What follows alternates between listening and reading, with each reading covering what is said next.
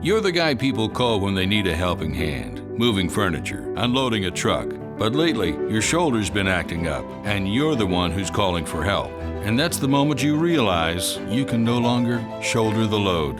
The Joint and Spine Center is Cincinnati's leading destination for orthopedic care with a range of surgical and non-surgical treatments. So when a moment has the power to change the rest of your life, go to the one place with the power to change it for the better, the Christ Hospital Health Network. This changes everything. The Pound This Podcast is brought to you by the Christ Hospital Health Network. This is the Pound This Podcast, episode 743, How Tonia Elrod Died, Survived to Tell the Story, and is now running again. I want to lose weight, but I don't know how to get started. What should I meal prep every week? How do I get those sweet booty gains? Inspiration for your healthy lifestyle. The Pound This Podcast with Amanda Valentine.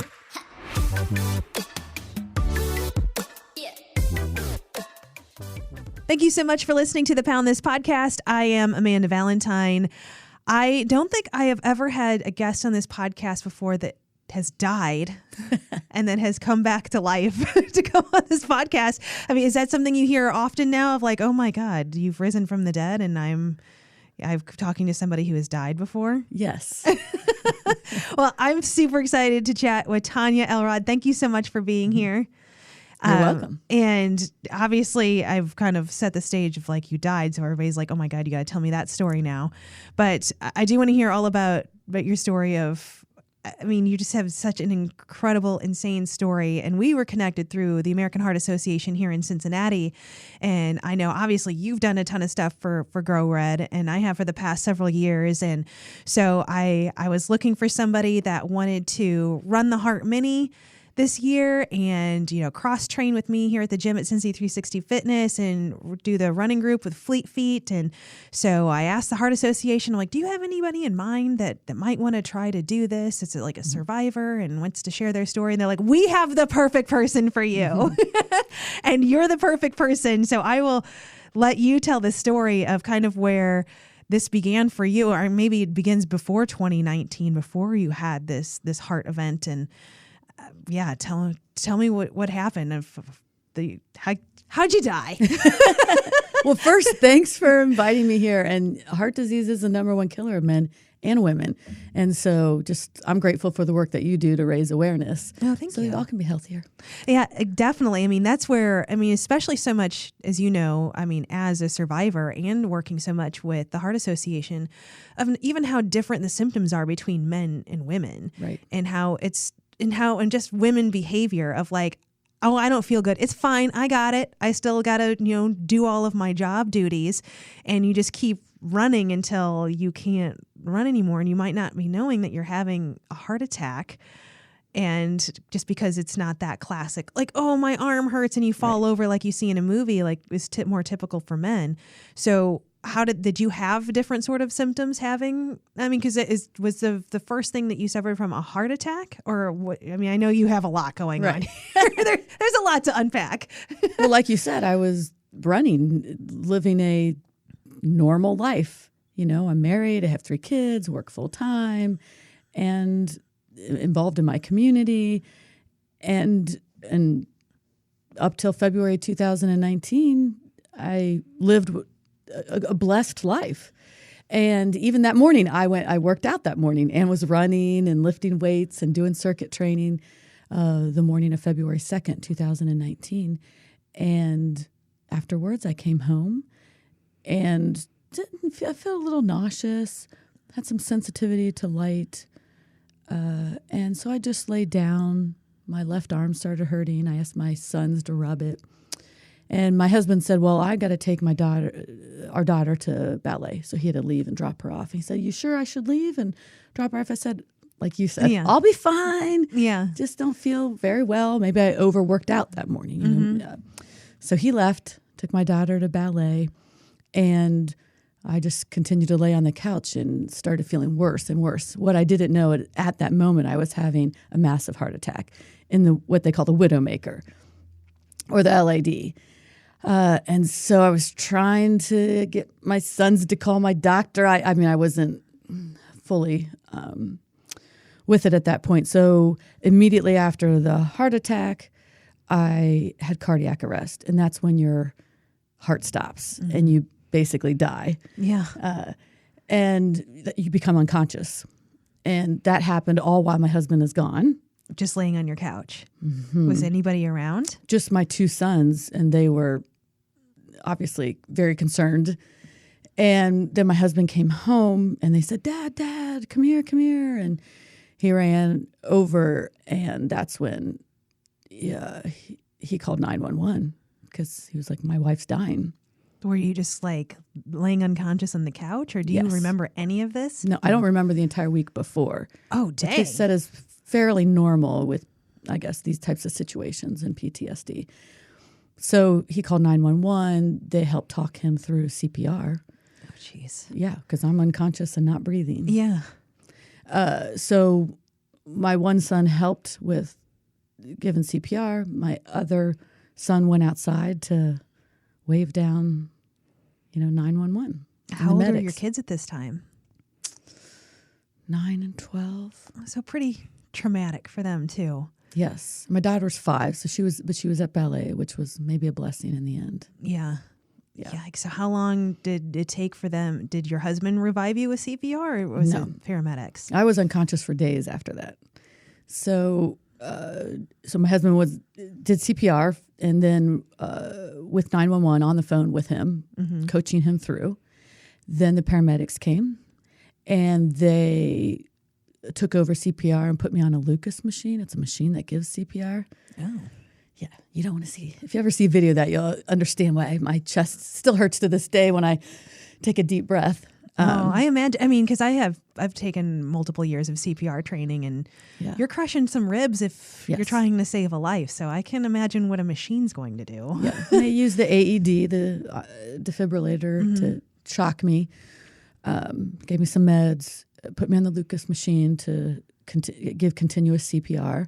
And so they were at our house for about a half hour. 20 minutes in, my husband was like, "Are we going to the hospital?" Yeah. Are you breathing? No, not breathing. That whole unconscious. time. No. And so they came to my husband. He had texted some friends, so a couple friends came over to be with him because he didn't know what to do. Yeah.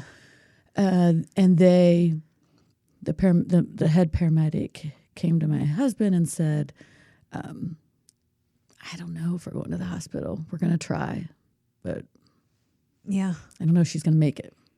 So they kept losing my pulse.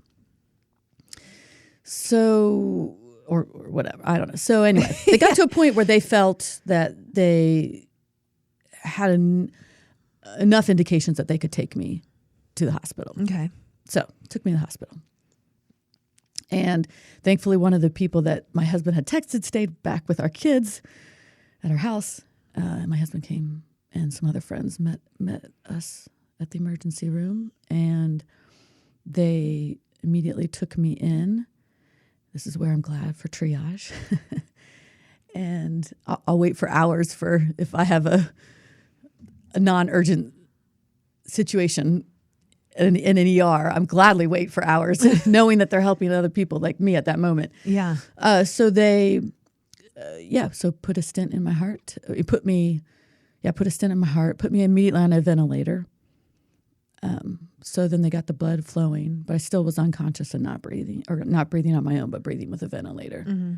Do not want to have that experience again. Yeah. And so I made it. I wasn't conscious, but while they were putting the stent in my heart to get the blood flow going, I had cardiac arrest 3 more times. Yikes. So a lot more CPR in the hospital. I met the man who gave me CPR in the hospital. Such a nice man, but very big. Yeah. So I was glad that he was a very strong, big man. And so I made it through the day, and then through the night, even though I wasn't conscious. And then the next day, they're just waiting. Like, am I going to wake up? Am I not? If I do wake up, what will be my neurological condition? Yeah. Yeah, they weren't sure of the state of, my neurological state. So I made it through the night, to the next morning, and then then they told my husband, okay, she made it through the night. Why don't you go home, get a shower? So my husband took the advice of the doctors, and left the ICU to head home, get a shower, get some clothes, and regroup. And he walked to the parking lot, the parking garage of the hospital, and he got a call from my sister-in-law and said, "You got to rush back. We're losing her." Oh, no. So something happened. So he ran back, comes into the ICU, and there's like a whole team of people. In his mind, it was like 20 people. I don't know how many, but a team of people in the room, and they were given CPR and whatever care that they needed to do. And the doctor came out and just said, sit here. And they came out and said, "Listen, she's not going to make it. We're going to have to try something additional. We're considering putting her on life support. It's called Ecmo, and it will do the work of her heart and lungs because her body can't do that work." And asked him what he thought about that, and was he open to that? And he was like, "Yes, if this is going to help save my wife, yes." So they discussed. They said, "We don't know if it would be approved, but let's discuss that." So in the end, they decided to put me on Ecmo, which is a form of life support. So I have the ventilator and life support. So they put me on that, and that stabilized me. And then another day goes by, and I'm still not conscious at this point. So this is all happening unbeknownst to me. And according to me, I just took a nap, thankfully. Yeah, right? A really long nap. And so 48 hours later, our friends are, in the ICU. They're praying. Different friends are coming in my room, just praying and talking to me to try to help, kind of bring me to. And I started to wake up. And do you remember that? Yes, definitely. I remember a friend sitting next to me. The first thing I remember hearing was, "Do you want to see Adam?" And I have no idea what's going on, right? I mean, yeah. You're just like in a hotel, a hospital room. Could have been a hotel. Could have been anywhere. Could have been in my bed. My eyes weren't open. I just heard her say, "Do you want to see Adam?" And I'm like, "Of course." Yeah. Who doesn't want to see their spouse? Yeah. Yes, I would like to see Adam. I mean, so I nodded I couldn't speak because I was on a ventilator. So I guess I nodded my head. And so she goes running back to get Adam, who was in the waiting room. And he comes back, and slowly over the next week, 2 weeks, I woke up more each day. I mean, they were all excited and "Tonia's awake." And I'm like, well, I don't know if 5 minutes awake a day is awake, but okay. But, I was responding. And you remember that part? Some of it. Okay. Not all of it. And sometimes I give you purposely forgetful medicine, like when they take you off the ventilator because it's so. Yeah, you probably don't want to remember that. No, my husband's like, I couldn't watch. He's like, I had to leave because I was saying that they were choking me and trying to get. Yeah. I thought in my head that they were trying to choke me, and when in reality they were just trying to help me. Yeah. So then I got off the ECMO life support. So I got off the ventilator, got off the life support, started passing tests so that I could, get ice, even ice. I was just dying for ice all the time. And the best gift I've ever received in my life happened in the ICU. They said, okay, she can have ice every couple hours. And my husband's like, do you think she could have a Diet Coke? Because I really love just a diet soda in the morning. No coffee for me. And they were like, well, yeah, you can have it in ice chips. He's like, really? And yeah, she can have that. And they said, well, what about Diet Dr. Pepper Cherry or, the drink I liked at that moment. They said, sure. So a friend made Diet Dr. Pepper Cherry soda into ice chips and that's awesome. Gave it to my husband to bring into the ICU. And I remember that. I don't remember a lot, but I remember having that and thinking that was the best feeling ever, the best gift I've ever received. The little things. Yes. Definitely, yes. I'm sure you have a lot more appreciation for all of that. Yeah, absolutely. Yes, that's probably one of my biggest learnings is just being grateful for what you have, and health is a key element of that, and being able to talk and walk and have my mental faculties. I mean, I do have anoxia, which is a brain injury, which I've been working to overcome. So slowly over time, got released into a rehab hospital, and I started rehab. So when you started rehab, what are all the things that you had? Could you walk? Could you talk? Like, how long were you going without being able to do certain things like that? Yes, I had very few words. So I physically could talk, but my brain wasn't working. It was kind of like maybe being like a toddler. Like if they're like, okay, we need you to sit up now, Tonia. And I could barely sit up because of the pain on my chest. And I was from the CPR. And the life support, I have a fairly significant scar and limited feeling in my leg. Okay. And so you lay in a bed for a few weeks, not moving, you lose your muscle, your strength, and even eating. I had my days and nights mixed up. My poor husband. It'd be in the middle of the night. I'd be like, I need Taco Bell. It's like, you can't have Taco Bell. I'm like, it's the fourth meal. I'm ready for it. They're open. Right. It's 3 a.m. So, I mean, it was a rough time in the rehab hospital to try to get my days and nights organized, to start to walk in a few steps, more steps every day. First with a walker, poles to try to help using my arms to help me walk when I could, because the pain from my chest was so severe, and that probably lasted 5 or 6 months. Oof. I'm grateful for CPR, but yeah, it's painful. And then just trying to think again. I only saw my kids twice in a month, and I was like, okay, it didn't bother me. That should have bothered me, I think. Yeah. It didn't bother me that I couldn't walk. It didn't bother me that.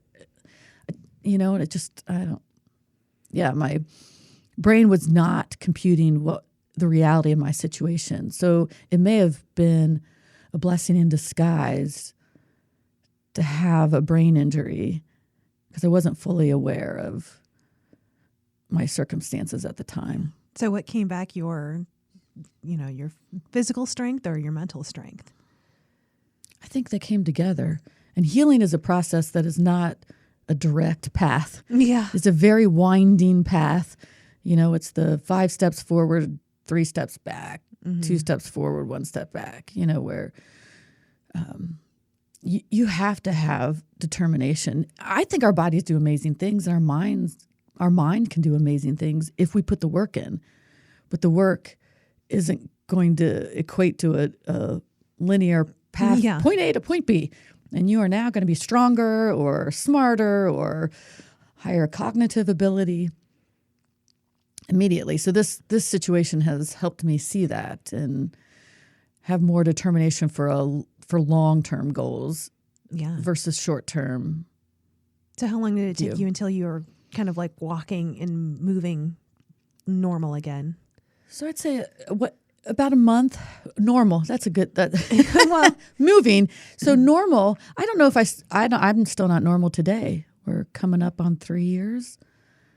So each month after I got home, I walked. I had a different goal for myself. And this is what I try to do now, is have goals, even if they're small goals for yourself that are attainable. So I said the first month, if I could walk 1,000 steps a day, that would be success. Mm-hmm. So I started tracking my walking and did 1,000 steps a day. And it was very difficult to do. And then, okay, let's do the next month. Maybe we can do 2,500 steps a day. Then 5,000, then 6,000, 7,000, and now I'm up to 10,000 steps a day. And I've been able to maintain that. That's awesome. Right. And the same thing with my mind. It's like, okay, if I can do, there's these games I'd work on with my therapist. If I can do level 1 of the game, okay, can I move up to level 10 eventually? Mm-hmm. And so I just tried to make everything have very clear benchmarks. Yeah. Maybe that's my personality. I don't know. And that's helped because then I could see progress because I wouldn't feel it.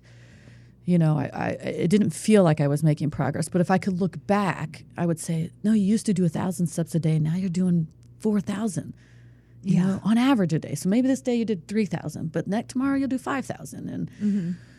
And so I think it's helpful to have like tangible goals versus like, oh, I just want to be healthier. Well, I don't know how to think about that. Yeah.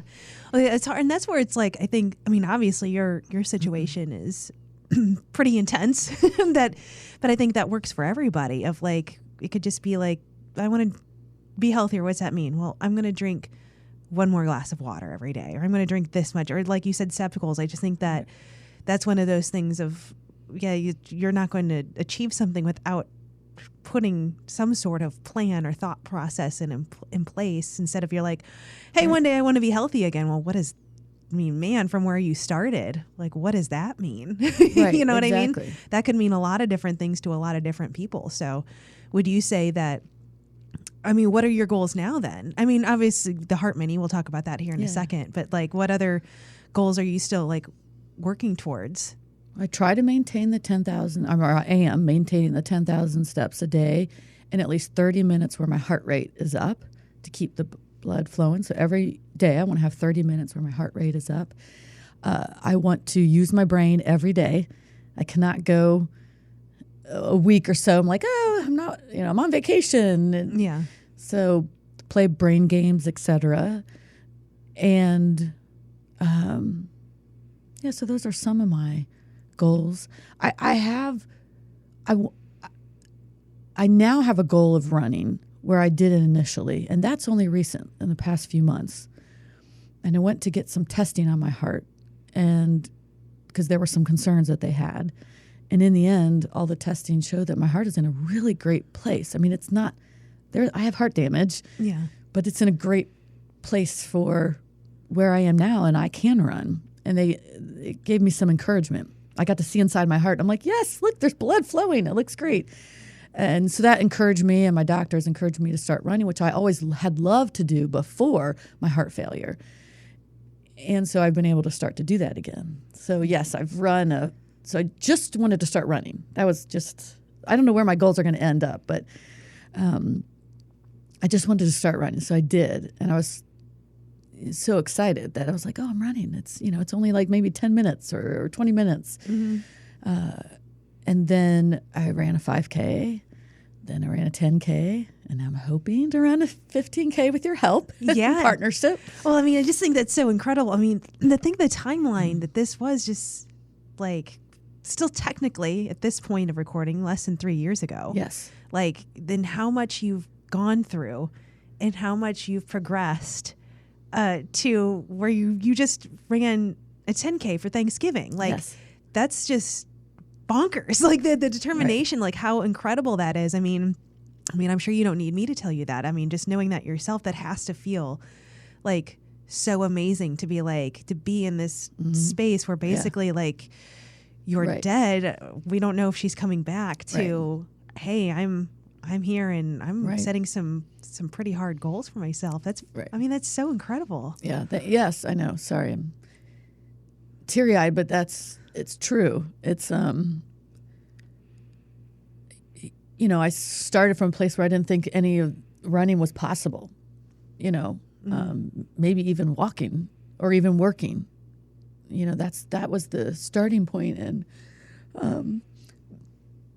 I mean, if I can work and I can run and anybody can, right? Yeah. But you have to be willing to put in work. And it's not glamorous. I mean, I started out not even be able to get dressed standing up. My therapist wouldn't let me. He was like, my occupational therapist was like, you need to sit down because you might trip or fall. And here to think I'm going to run a 15K.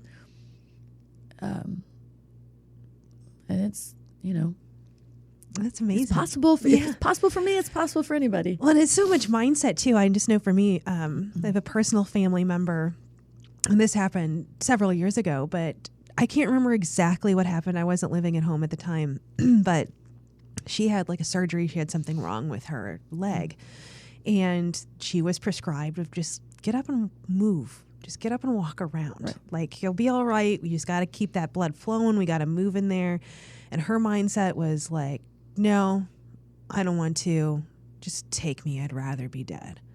And she didn't get up and move. She just needed to get up and walk around. And her mindset was like, no. And she had her leg amputated. And, then she went into a nursing home and then she died. And it's like that. It was so much like, who's to say what would have happened if she would have taken a different course? But that's where your mindset is, like, for something horrific can happen to you in these insane circumstances.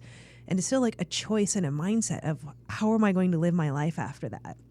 Where you could be like, every excuse in the world of like, I don't need to exercise. I don't need to do any of these things. I don't need to take brain tests. I am on vacation. You have like every excuse to be like, holy God, I went through this insane thing and give myself a rest. But it's like you're making the choice of like, well, how do I live my very best life? And what are the things that I can do that are the best for me and help me like maximize my experience? And I just think that's just such an amazing, just insane strength of how hard that is. Because I can't even imagine everything that you went through. Like, it's just that.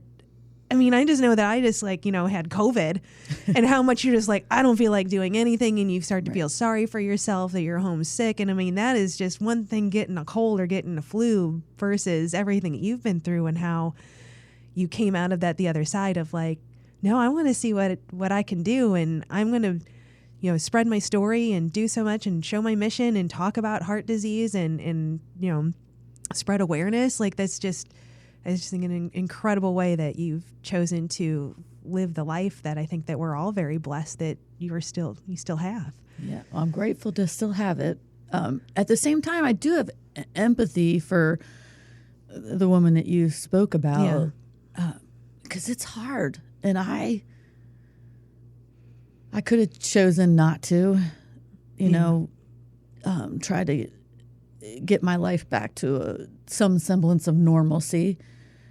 And I don't have any judgment on that woman to choose not to do that. Yeah. I could have easily chosen that. It's hard. Yeah. It is hard. And there are many days still today where, you either fail, like yesterday I walked 2,500 steps. Now today I walked here. Hopefully I'll get like 15,000, 20,000 a day. And I'm going to, I'm committed to making up for that. But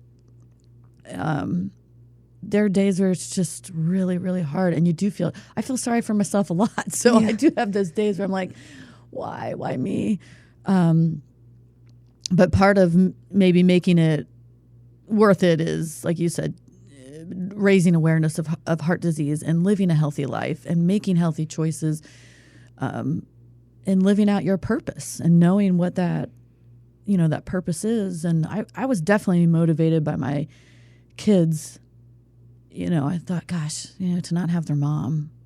Yeah. That was one of, not my only, but one of my motivations on moments when I was like, I don't think I can, I'm just going to sit here on the floor of my closet, which I had many days like that where I was like, I'm just going to sit here. I don't feel like getting dressed. It's too hard.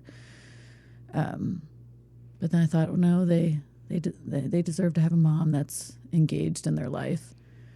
And just being able to see, I think it helps to see situations from afar. Sometimes I look at, be at one of my kids' birthday parties or out with friends, and I feel like just for a moment I'm not there, and I'm looking at that and being like, oh, look, this is amazing. These group of friends that love me so much, and I love them, or to just see the joy in my children at their birthday party and the fun they're having. And I think that's helped. That helps to kind of just pull away from the situation in a moment. I remember that when I got married, somebody told me that, like during the wedding, take a few minutes and just kind of take a picture in your mind of everything and just take it in for a moment. I think we should do that more often. Oh, definitely. Yeah, there's so many moments in life that, excuse me, that just like, I do that all the time. I call them my little picture moments, and I chase my fingers at like a camera of just like, I want to remember this forever. Like, because all these moments just whiz by you every single day, like just little things, and you can not be present for them. It's really easy to not be present, especially if you got a phone around. Right. That you can just, kind of tap out, because life is hard. And it's like, okay, I want to distract myself from that. But some parts of it are just so incredibly amazing, where you're like, I need to really tap in and appreciate that I'm here, and not just whenever it's like a pretty sunset. You know what I mean? Right. Like Right. just those little things of, there's just like, little daily things that I'm sure that you've taken a lot of account for. And what do your kids and your husband think of, like, over the past 3 years of what happened and where you are now? They are very resilient and tough. I mean, if I were them, I'd have PTSD, but and they have spoken with therapists. So. Okay. But they're very resilient and very supportive, and helping me do what I want to do. If I'm feeling sorry for myself and down, that's okay, So Yeah. it's great. And if I'm motivated, then they're like, okay, let's go do it. So they have been amazingly and incredibly steady and supportive in whatever path that I want to take, which is pretty amazing. Yeah, that's super amazing. Yeah.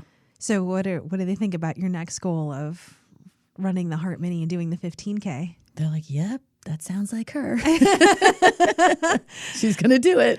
Oh, I believe 100% that you're going to do it. I mean, I'm so excited to, be a part of this process. And we were discussing when we first met, kind of talking about doing the podcast and stuff like that, of, you asked me if I was going to do it. And I'm like, well, this year I'm not. I got to be at the finish line with all my signs for you. I'm cheerleader squad. And so, like, I'm so excited for that. I'm like, I don't know. Like, I already can just tell, even though this is only the second time that me and you have met, of like that I feel like you can do anything that you want. I mean, I feel like that this goal is definitely going to be something that you're going to be able to put your very best into, and whatever, that means. If that means walking the whole damn thing, then that's what it means. You know what I mean? Or just showing up. Like, I just think that that's going to be, I just, such an incredible moment to just show, like, just the health that you have, of like, that you can set these goals and you can do these things, even with such insane, tough circumstances, that you're still going out there and kind of setting these goals that most people don't set for themselves. Like, I think running a 15K is probably not on, if you went and polled 50 people, probably not most on most people's agenda, because it's hard and it's a lot. So I think that's just incredible to even want to have the goal, and, to be able to get there. I'm super excited for you to, after we're done recording this, we're going to go do a workout, and I have never trained anybody like you before. So this is definitely a learning curve for me, of just getting you like a cross training and making sure that your body is healthy and be able to move. And then, doing the running club with Fleet Feet, and them to, very trusted hands in knowing how to train you and get you ready to hit that 15K. And I know that Jen from Fleet Feet even told me too, she's just like, well, if you do the mini and you're feeling good, like, you could just stay in the group and do the Flying Pig half if you want to. And so it's like, oh, dang, man. Like, it's just, not that I'm pushing you to do that. Like, We shall definitely, see. yeah, definitely we got to play this by ear, but it's like that. I don't know. It's just, I think that's just incredible that you're even up for the challenge. And to be like, to see, what you're capable of. And I don't know, I think that it's amazing. And I think anybody listening to this will be like, oh my God, like, everything that you've been through. And then to be like, why am I not running a 15K? But not that we're trying to put that feeling on anybody, but it's just, I don't know. I just feel like so, like, I'm just insanely happy for you, and I'm not the one doing it. I don't know. I don't know if you feel that way about these sort of accomplishments, but Yes. I mean, I imagine you would have to if I'm feeling that way for you, and I haven't done it. And I just know that the accomplishments that I've made without having going through anything like this. It's just, one of those things of like you put the work in and promises that you're going to do. When you hit that 1,000 steps a day, you're like, well, what else can I do? So I think this is just probably another step. I'm rambling, but another step to, I don't know. I just think you could probably just do anything you wanted to in this life. I feel like anybody can, just setting your mind to little goals, right? Little goals. I spent the past year and a half walking before I ever started running, right? Yeah. Little goals, and knowing you'll have setbacks, and accepting, yes, setbacks are a part of achieving a goal. I think it helps because then you're like, okay, I had a setback today. Okay, that's okay. It's fine. That's normal. That's part of having a goal. Okay, now let's go on to the next day or the next week. And making sure the goals are tangible. Like you said, if you want to drink more water, okay, let's just start with just 1 cup instead of like, a gallon. Some people that drink like a gallon of water a day. I'm like, okay, I can't start there, but I could start with a cup, right? And see how that goes for a couple of weeks. And maybe that's a secret to achieving more goals, is to break it down and start with something that's just small and so easy you can't not do it. Yeah. I am a big fan of doing that, and I'm still doing that even for my like New Year's resolutions for 2022. It's something small of like, do some stretches before my first cup of coffee. Like, I can do that. Right. There's no reason why I shouldn't be able to, while I'm waiting for my first cup of coffee to cool off, to stretch a little bit and get ready for the day. Like, I can figure that out. And so it's just like those little bitty things, maybe not always the sexiest things. Right. No, it's not. It's a lot of hard work. But then you see where that leads. Yeah. I started with 1,000 steps a day, and I didn't know if I could do it. I wasn't sure. And then I was, and then I said, okay. So now maybe we can do more. Is there any chance that something like that could happen again? Like with do they even know why this happened? No, not. They're not 100% sure, although they have theories. I mean, I take 15 meds a day, so I'm hoping those help me not prevent this from happening. And I'm in great care with my doctor and team of doctors, and I just know that they're gonna, look after me. I'm like, just tell me what to do. I'll do anything. Just don't want this to happen again and want to stay living. And they're like, we know. Yeah. So I just follow whatever my doctors tell me to do, every day, just to stay as healthy as I can. Yeah. Well, and that's just, it's amazing that your doctor is like prescribed running. It's like, I don't know, that to me, I mean, I obviously cannot put myself in your shoes, but I think exercise would scare me. I mean, imagine it. I'm guessing it would have to scare you for a period of time. It would scare me to be like, oh my God, am I going to get my heart rate up, and am I going to trip something off? And like, that's at least where my brain would be. Well, I did go through cardiac rehab, and that helped. So if you have like a heart attack or any other heart ailment, you can go through cardiac rehab. So there's a special program with nurses who are experts in that, and they help you begin to learn to work out again. Okay. So of course, day one, I'm like, I want to run, and they're like, well, honey, that will not be happening. And I couldn't do it anyway. So I always thought I could do more than I could do.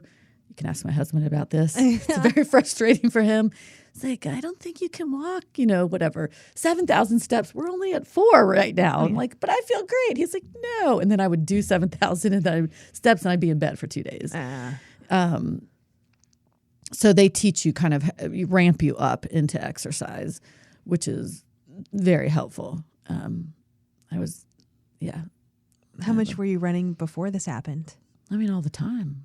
Yeah, multiple days a week, running half marathons, I loved, and now I'm loving again running. Yeah. It's just kind of something I, put my headphones in and, just have a moment to myself. Yeah. In this crazy world, that's how kind of running was for me.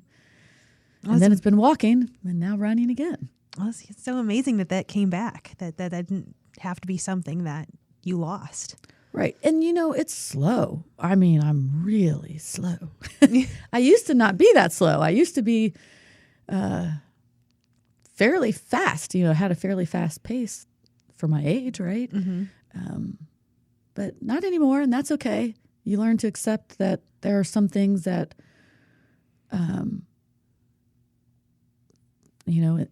after a situation like this, or even just getting older, that you're not going to be able to do. And that's I'm okay with that now. Maybe I wasn't the first year. Yeah. But after the first year, I'm like, okay, this is the life I have. And just taking the life that you have and making the most of it. Yeah. And it doesn't have to be like major. Like, you don't have to go save the world, I don't think. The other day I was getting another COVID test. So many COVID tests, but I ran into somebody who was Border Patrol, like a federal Border Patrol agent. I don't know, the agents. Anyway, and so he and I were just waiting for our tests, and he just shared his story and about his 20-year career in the military. And in the end, I just said, thank you so much for his. I thanked him so much for his service. I was so grateful to everything that he has done in his career and for the United States. And that meant so much to him. That I had listened to his story and was earnestly grateful for what he had done.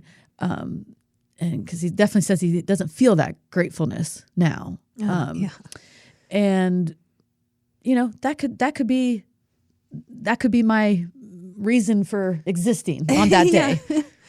Is just to express to someone how grateful I am for what they've done. Yeah. You just never know like how you're going to touch somebody's life. Right. Or how something that you could have said at any point in time has completely changed somebody's mindset on something, or they were inspired to do something else. Like, it's wild. But just out here living your life, you don't even understand like how impactful it is. And that's where, you sharing your story and being open to, all the places that you have shared your story. I know you've done so much stuff with the Heart Association, and you've done stuff with like UC, and obviously you're doing this podcast to be like open to talk about something that's, really difficult and painful, and to talk about that process is just, I think it's just amazing. I mean, I don't know where we're going to go from here. I think that we're going to crush the Heart Mini. That's the goal. That's the hope in this moment. But, whatever happens.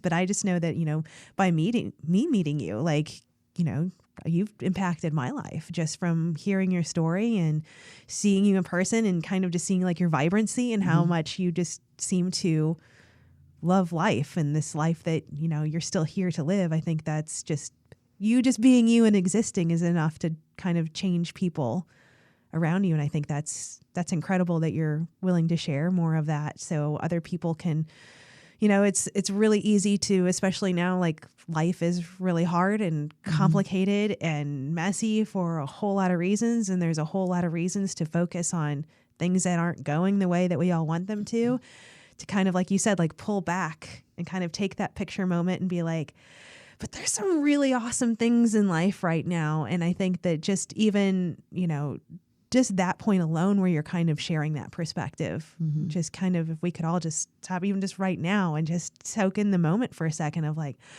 maybe life's not as bad as it always feels. And, if I woke up in a hotel, or God, why do I keep saying a hotel, a hospital room, and I found out that I went into heart failure and all my ribs were crushed, I'd be like, oh my God. And that could happen to any of us at any point. And just again, the awareness of life is precious and it's short, and let's, do what we can with it while we're here for ourselves and for everybody else. You're right. Let's figure out what does God want us to, do or guide us, Yeah. Yeah. Do you feel like that this has given you a different sort of life purpose from this happening versus where you happened before you had cardiac arrest?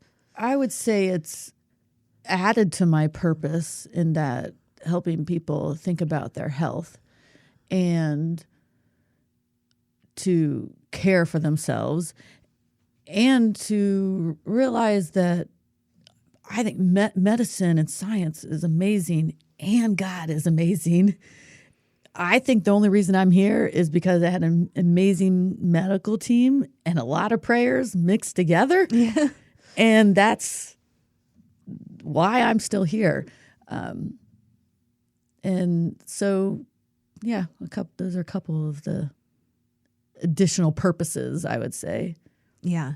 Oh, well, I think that's awesome. And I'm very excited. I know we're going to do some check-ins as you're going to be training for the 15K. So you're up to a 10K now, right? Yep. So, I mean, we don't have that much further to go to get to. We'll see. It was hard. It was very difficult, I have to say. It was physically and mentally difficult, Yeah. So hopefully we can do that in the healthiest way possible. And like, I think it's just so important what you said too, of just thinking about like our health in that way of just like, of the things that we're doing for ourselves to keep ourselves healthy. Because if you don't have your health, right, you have nothing. Anything. Yeah. Well, my friend, his wife was diagnosed with cancer around the same time I had heart failure, and so we were just talking much later, afterwards, and he said, I went from he and his wife went from having a lot of problems to that day only having one. Yeah. And that's true about health. If you don't have your health, you don't have anything. Yeah. And that's what's like, with, especially heart disease, but with a lot of chronic diseases, there so much can be preventative. It's different for every person and everybody has a different case and there's other factors involved, but definitely taking care of your health could either prevent something happening or lessen what was going to happen, especially when you talk about heart disease. Like we were saying, it's the number one killer.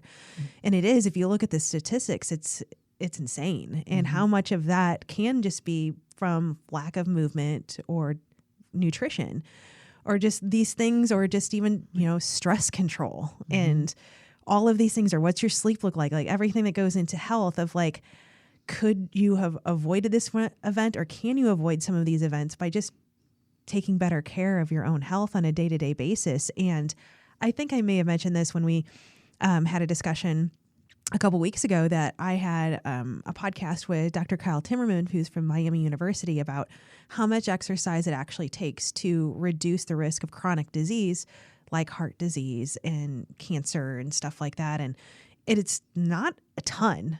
It's just moving your body. It doesn't have to, you don't have to go to CrossFit or boot camp. Like it's walking, going for a run, just moving your body, yoga for just a little bit every day can drastically change your entire health, that hopefully you can handle whenever life throws you some nasty curveballs. So, it's crazy how you just tend to push that aside until something breaks, and then it becomes the only focus of, right. Yeah, let's not get to a breaking point. Right. Stay healthy. Yeah, exactly. You don't want to end up on a ventilator and life support like me. Yeah, I mean, that it sounds like you were staying pretty healthy before that. Right. But you always can do more, right? Yeah. And then do you have a history of heart disease in your family? Yes. Yes. And that's significant.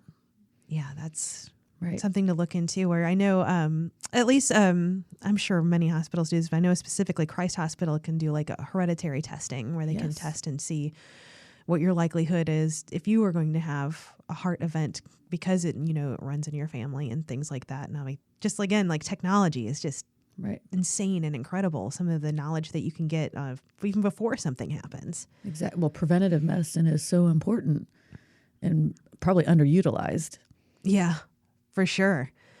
Well, I'm super excited about this, and I'm so, so grateful that you're sharing your journey, and I'm excited. I'm excited for the mini. So I don't remember the exact date. I should know that, but the beginning of March 2022, we'll do the heart mini, and we'll see where we go. And then you said you're cool with coming on the podcast a couple more times, kind of sharing how the training is going and how everything is working out. And are you active on social media? Is there anywhere anybody can follow you if they have any questions, they want to see pictures, anything like that? Yeah, I'm on Facebook, Twitter, Insta. All right. What are all the handles? Where are we finding you at? Just my name. So Tonia Elrod, ToniaElrod. Oh, well, that kept it simple. Easy. Well, thank you so much. And find and follow. Very easy. Yep. And well, let's go work out. All right. AmandaValentineBites.com